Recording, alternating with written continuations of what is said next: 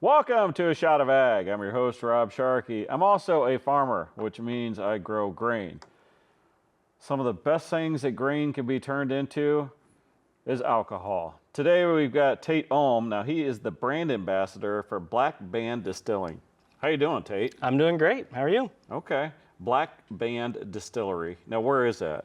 We're right in the warehouse district here in Peoria. We're just up on Southwest Adams. Did you walk over? No, it's really rainy today, so Oh, I did. yeah. I could have, but I didn't. I decided not to. Yeah. What does a brand ambassador do? So basically, my job is to kind of do things like this: to talk about the brand, promote the brand, just really kind of expand the awareness of the distillery, especially locally, is a big part of what I do. I also am the tour guide, so if you come and take a tour at the distillery on Saturdays, I'll be the one showing you around the place too. All right, those guys, the tour guys, they always have jokes. Have you niched those down? Yeah, I mean, I try and keep it, pretty conversational. I might throw a little joke in there, one or two, but not. So no.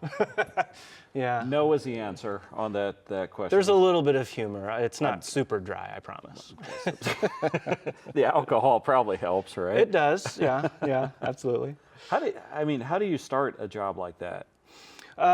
So I have been a fan of whiskey for all of my adult life, honestly. And, I had a little bit of experience with doing tours and talking to people about stuff. I'm pretty comfortable talking to people about new and interesting things, especially if I'm passionate about it. And kind of early on, with Black Band, our owner, our founder, was still doing the tours. His name's Chris, and I took a tour early on and caught his ear at the end of the tour, and had a really nice conversation with him, and kind of really understood his passion and what he was trying to do. And it just so happened he needed some help. He at that time was still doing everything. I mean, he was down in the One-man band. Yeah, absolutely. Janitor to CEO. Yeah, pretty much. Yeah, and he wanted someone to help out, show people around, so he could focus on making the spirits. And I started on just doing tours. That was kind of my weekend side gig for a little bit. For about 3 years, I did that, and then early this year, last February, I started on full-time as brand ambassador. He had enough of a need to, bring someone out that could do stuff like this. I mean, did you kind of make that yourself? Did you say, hey, you know what you really need is this? There was a little bit of a back and forth. There's nothing wrong with that, right? Yeah, absolutely. Yeah, and to be able to talk to people about the brand and hopefully bring in some new fans. It is a small batch craft distillery. Correct. I don't know what that means. It means you're not doing a giant vat? Exactly. So it's we run stuff batch to batch. We have a very, I guess you could say, a very distinct start and stop. We start in the morning by cooking the grain, and at the end of the day, that grain is transferred to a fermentation tank, and then in a little less than a week, we pump that over to the still, and we run a batch of spirits off the still. So it's not, a big industrial produced product. Doesn't have that very clear start and stop. It's So the big boys down in Tennessee, it's always revolving. It's a You guys constant are flow. doing one batch at a time. Right, exactly. What's the better way? Our way, of course. I'm so glad you didn't go, oh, well, there's pros and cons to both. Well, I mean, in all seriousness, taking the time to really focus on every step of the process just makes for a better product. I mean, really, it doesn't matter what you're doing, but specifically in producing spirits, it makes a difference. Where do you get your grain? So we're an organic distillery, and we kind of went that direction, honestly, for a couple reasons. We like partnering locally. We have a bar and restaurant attached to the distillery. We have a lot of local farms come in, and we do kind of farm to table food, what we can get fresh. But we wanted to partner locally in the distillery side of things as well. So we source our grains from a place in Ashcombe, Illinois called Janie's Mill. Really excellent organic grain producer. And kind of, that decision of organic was partly because of that partnership. Organic producing is not necessarily an easy job. Yields tend to be lower than kind of the traditional farming methods. So that partnership's been beneficial in both directions, if that makes sense. They've benefited, we've benefited by high quality grain as well. Okay, I'm a farmer that I do not believe that the grain is higher quality and organic. That's my belief. But why did you go with the organic? Is that because of a belief or because of what you thought your customers wanted? A little bit of both, honestly. Okay. Yeah. And there's a lot of talk in the, let's say, the wine industry about the grapes and where the grapes were grown and the soil and all of that, and how it affects the final product and the flavor of the final product. There's not as much talk of stuff like that when it comes to spirits, but it makes a difference too. And using really high quality grain, whatever the grain may be, really high quality grain makes a better product, honestly, because you want, in whiskey, you want that grain flavor to be expressed in a way that is obviously pleasant to drink. And we believe that the types of grains that we're using achieves that. It's not just, we're saying grain as a whole, but very specifically, we use white corn. We use Danko rye, and we use Warthog wheat. Never heard of the Warthog wheat Yeah, before. it's an heirloom grain. Okay. It's a grain that Janie's kind of, I wouldn't say specializes in, but are very known for growing Warthog wheat. I think most of the white corn grown would either, maybe it's not certified organic, but it would be the same type of practice. Right. Yeah. There's a lot to the certification, that goes into all of that. We are also certified kosher as well, and that was kind of another thing of something that we can check off the list. I thought that was like, maybe I obviously don't know what the word kosher means. Honestly, I don't know everything that goes into it. Yeah. But we had a rabbi come to the distillery. It's similar to getting organic certification, where you have someone come, do an inspection, and then you got your certification. Where'd the name come from, Black Band? So to talk about the name, you've got to kind of talk about the distilling history of Peoria as well. We had a really rich distilling history here in Peoria. Did? Absolutely. At one point, Peoria was actually known as the whiskey capital of the world. Oh, okay. Believe it or not. Yeah, there was more whiskey made in Peoria than any place else. Huh. Yeah, this was clear back prior to Prohibition. This was in kind of the mid to late 1800s. That was peak production for the distilling industry. The first distillery was in 1843. So that First legal one. Well, right. Yeah. Yes. Elmyron Cole was the name of the guy that built the first distillery. He was a steamboat captain. But from that initial distillery, clear up until the early 1900s, there were 73 distilleries in Peoria. Yeah.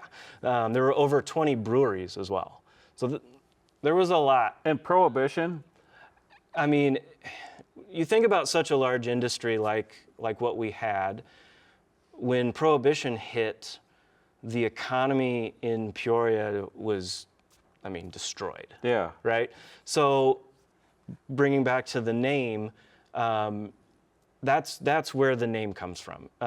You know, Peoria was, like I said, known as the whiskey capital. That was a pretty big cultural loss for Peoria when Prohibition hit. Yeah, we had to give it to all those hillbillies that out in the mountains that doing it illegally now.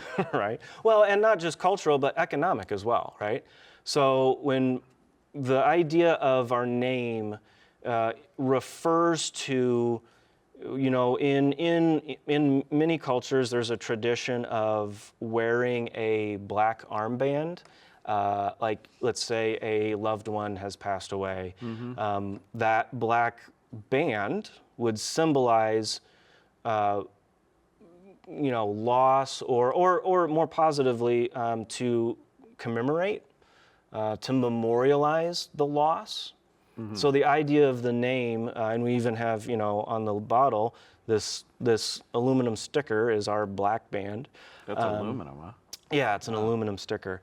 But that idea of commemorating that loss that Peoria experienced, but to remember it, right? To try and bring it back to the front of everyone's minds. When I do tours, I talk a lot about the distilling history because it's such a part of just our history in general. So to be able to maybe add a little bit to that history over the years in our little part. The hopefully. next chapter. Yeah, absolutely. Yeah. Let's quit screwing around. So is there a proper way to, I don't know, open and pour and all that? I mean, not really for pouring, but for It's a sexy bottle, by the way. it's a really And nice you don't know bottle. if you can see the lip down there and everything. Yeah, it's got like a and that's a man's cap. yeah. What is that? Yeah. It's a cork cap? Yeah. Yep. Absolutely. Okay. So yeah, the bottle design is very unique. We get a lot of compliments. Kind of the cool thing about, you know, it's got this little glass, almost like a coaster. When it sits next to bottles, it kind of bumps people off to the side, like, hey, scoot over and get a little more room. Yeah, I gotcha. Yeah. But yeah, for tasting or for sampling, you know, the main thing. Do you mind if I pour? Yeah. By all means. So when it comes to sampling, there's a couple things that I try and tell people to keep in mind. The nose is very important. That's what we call when you smell in the glass. So I know people that, you know, when they sample whiskey, they just stick their nose in there and really get a good sense of that aroma. Okay. That's a big part of the experience. And then for the taste, if you're doing samples, you know, it's a good idea after sampling kind of to open your mouth a little bit, let out some of that ethanol to really get those full flavors. Yeah. I've never even heard that. I see a lot of people that'll take a sample and they almost like just shoot it back, and then they have a bad experience, right? Because you're not allowing it to breathe, you're not allowing those flavors to come out. All right, so sniff. Yep. Okay, we'll sniff first. So you do just a little, it's called nosing to get fancy. Okay, you can go ahead and the snaz is down in there. Yep, absolutely. And then the way that so we don't give a ton of what I call tasting notes. You're probably having a different experience than I am. I'm doing good. So it wouldn't be great of me to tell you what you should be smelling, right? But if you have some ideas, we can talk about it. Okay, I'm smelling. Okay, so you smell. It smells like whiskey, but it's got that. I don't know how to just almost like a buttery. Certain whiskeys have like that buttery taste to it. Kind of dark, maybe. That's what I said. Dark. It has kind of a dark butter that has been browned, dark, roasty, maybe. Even. brown butter. Sure. Maybe you should tell people what to say. I get a lot of sweetness, but like some dark sugar sweetness, like brown sugar or maybe even caramel on the nose. No, you're wrong. There's Buttery. No, I see. That's the thing about that's actually why I love doing this, because everybody has that different experience. Everybody has a different palate. Let's bring in an expert, because whenever we have stuff, Steve. Steve, what Thank you. what do you smell? Smells like whiskey. That's Okay. that's a he's not wrong. Brown butter. Brown butter. Thank you. It's brown and buttery. Brown buttery. Yeah. I'm really getting that whiskey smell. Any fruit coming through maybe? Not pomegranate.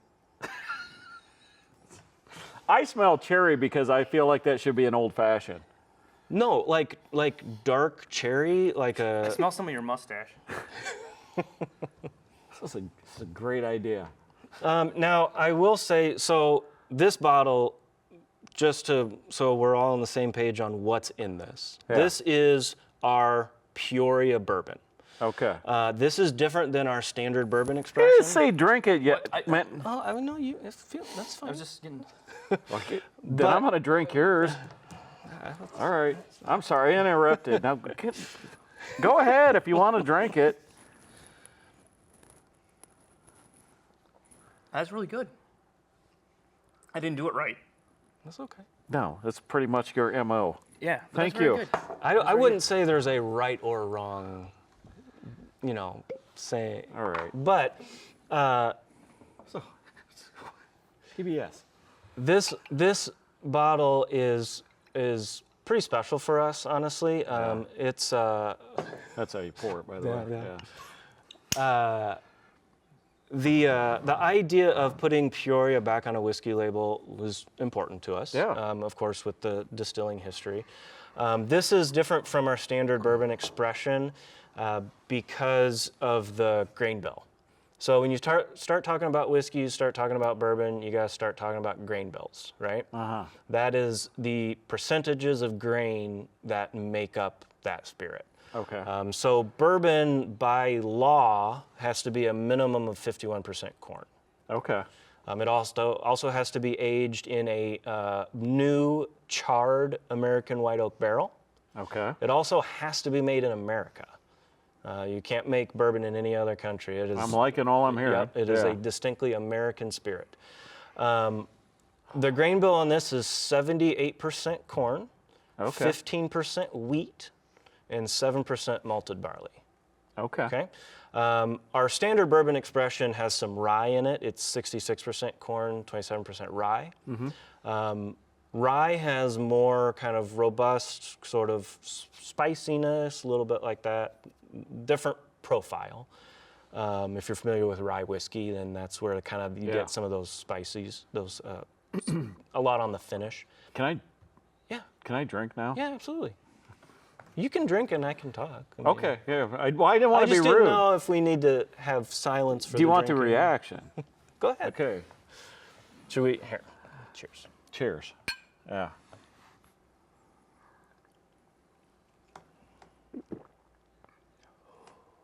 Ethanol.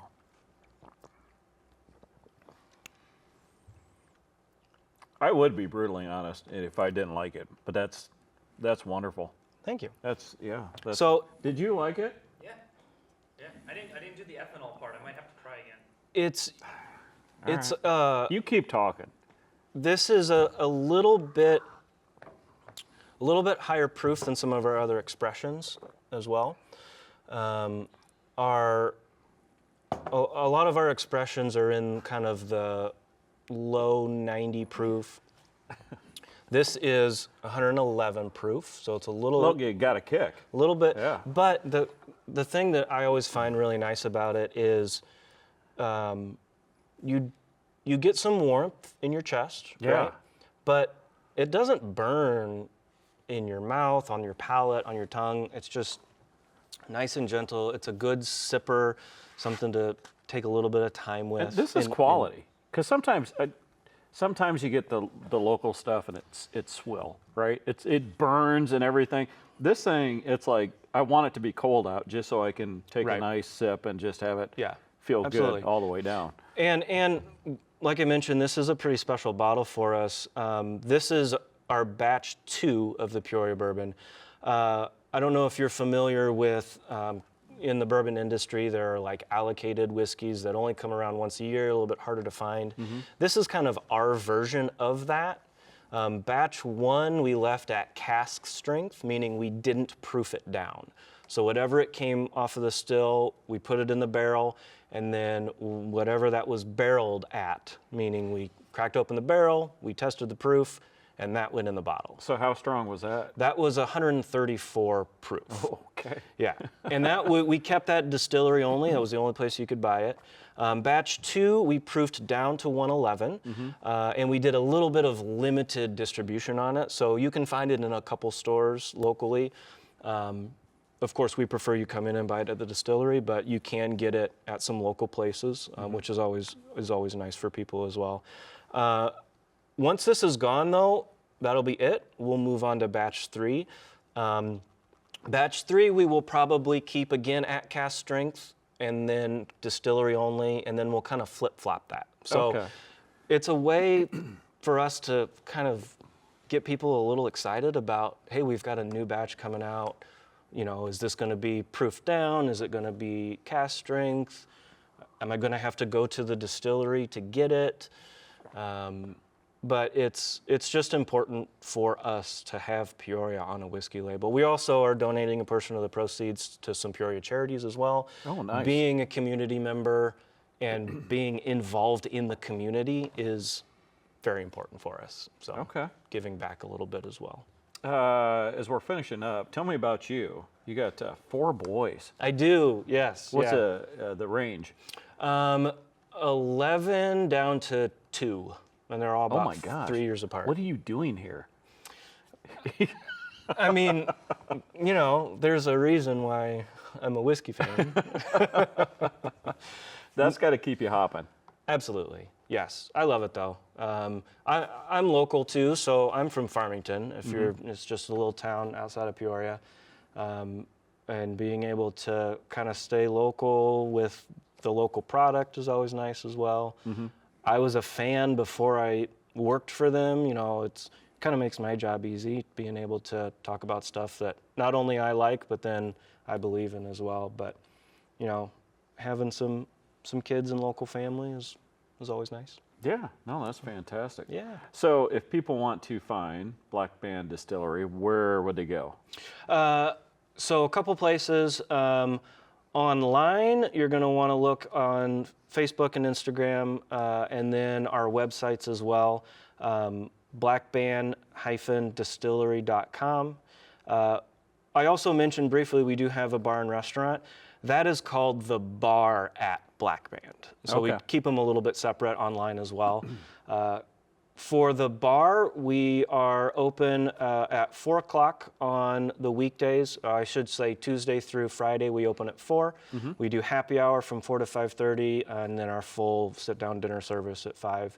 Saturdays, we open at noon, and again, we do happy hour menu until 5:30.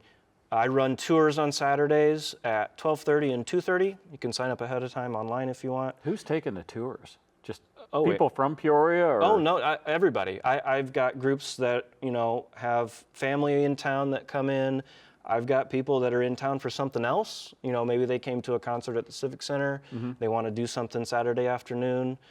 So yeah, I get all kinds of people, locals and people visiting, all the same. And then another cool thing that we're doing at the bar on Monday nights from 5 to 8, we do what is called Vinyl Night. So we've partnered with a local DJ collective called River City DJs. They come in and set up and spin records. So it's a little more casual. It's bar service only. If anyone's interested in just kind of getting a feel for the place, it's not the full fancy sit down. What's a vinyl? Are you playing that rap music?